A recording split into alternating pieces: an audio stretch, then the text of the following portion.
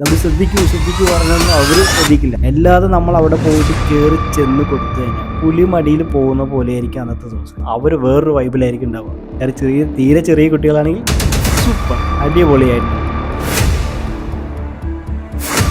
ശ്രദ്ധിച്ച് നോക്കിയ ഈ ഒരു കാര്യം കൃത്യമായിരിക്കും. എന്താണെന്ന് ചോദിച്ചു കഴിഞ്ഞാൽ നമ്മൾ ക്ലാസ് എടുക്കാൻ പോകുന്ന സമയത്ത് ഏത് സ്റ്റാൻഡേർഡിലുള്ള കുട്ടികളാണെങ്കിലും ശരി, അവർക്ക് നമ്മൾ തലേന്ന് തന്നെ ഒരു ചെറിയ പോർഷൻ നമ്മൾ പ്രിപ്പയർ ചെയ്ത് വെക്കുക. സോങ് നമ്മൾ സെലക്ഷൻ ആണെങ്കിലും സ്റ്റെപ്സ് ആണെങ്കിലും കുറച്ച് പ്രിപ്പയർ ചെയ്തിട്ട് നമ്മൾ ക്ലാസ് എടുക്കാൻ പോവുകയാണെങ്കിൽ അന്നത്തെ ദിവസം അടിപൊളിയായിരിക്കും. കാരണം കുട്ടികൾക്ക് അത് പഠിക്കാനും നമ്മൾ പെട്ടെന്ന് സ്റ്റെപ്സ് പറഞ്ഞു കൊടുക്കാനും അത് അവർക്ക് പഠിക്കാനും ഒരു ഈസി ആയിട്ടുള്ളൊരു മൈൻഡ് സെറ്റിലായിരിക്കും ഉണ്ടാവുക.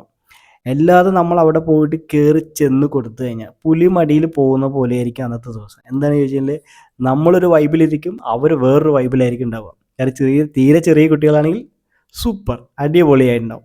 അപ്പോൾ എന്താണ് പറഞ്ഞു കഴിഞ്ഞാൽ അവർ നമ്മൾ കൺട്രോളിൽ കൊണ്ടുവരണമെങ്കിൽ അവർക്ക് ഇഷ്ടമുള്ള സോങ്സും സ്റ്റെപ്സും ഉണ്ടെങ്കിൽ മാത്രമേ അവരത് എന്താ പറയുക അവർ എൻജോയ് ചെയ്യുള്ളൂ. അല്ലെങ്കിൽ അവരൊരു വൈബിലായിരിക്കും ഉണ്ടാവും. നമ്മൾ ശ്രദ്ധിക്കൂ പറഞ്ഞൊന്നും അവർ ശ്രദ്ധിക്കില്ല. കണ്ടുകൊണ്ട് പ്രിപ്പയർ ചെയ്ത് പോകണം. ഇന്ന സ്റ്റാൻഡേർഡിലുള്ള കുട്ടികളാണ്, അപ്പോൾ അവർക്ക് ഇന്ന സ്റ്റെപ്സുകളൊക്കെയാണ് വരിക. ആ ഒരു സോങ്സും ആ ഒരു രീതിയൊക്കെ കണ്ട് അവർക്ക് ഇഷ്ടപ്പെടുന്ന രീതിയിൽ നമ്മൾ പ്രിപ്പയർ ആയിട്ട് പോയാലേ രക്ഷയുള്ളൂ മക്കളെ. അല്ലെങ്കിൽ നമ്മുടെ കയ്യിൽ നിൽക്കില്ല. അപ്പോൾ ഈ ഒരു കാര്യം നിങ്ങൾ കറക്റ്റായിട്ട് ശ്രദ്ധിച്ച് നോക്കുക. ഇത് കൃത്യമായിരിക്കും. അപ്പോൾ പറഞ്ഞു വന്ന കാര്യം വെച്ചാൽ നമ്മൾ പ്രിപ്പയർ ചെയ്തിട്ട് പോവുക. തലേന്ന് നമ്മൾ ഇരുന്ന് ഒന്ന് പ്രിപ്പയർ ചെയ്യുക. ഒരുപാട് നേരം മണിക്കൂർ കണക്ക് നമ്മൾ സ്റ്റെപ്സ് ആലോചിക്കൊന്നും വേണ്ട. പകുതി പോർഷൻസ്, കുറച്ച് പോർഷൻസ് ബിഗിനേഴ്സിനുള്ള സ്റ്റെപ്സ്.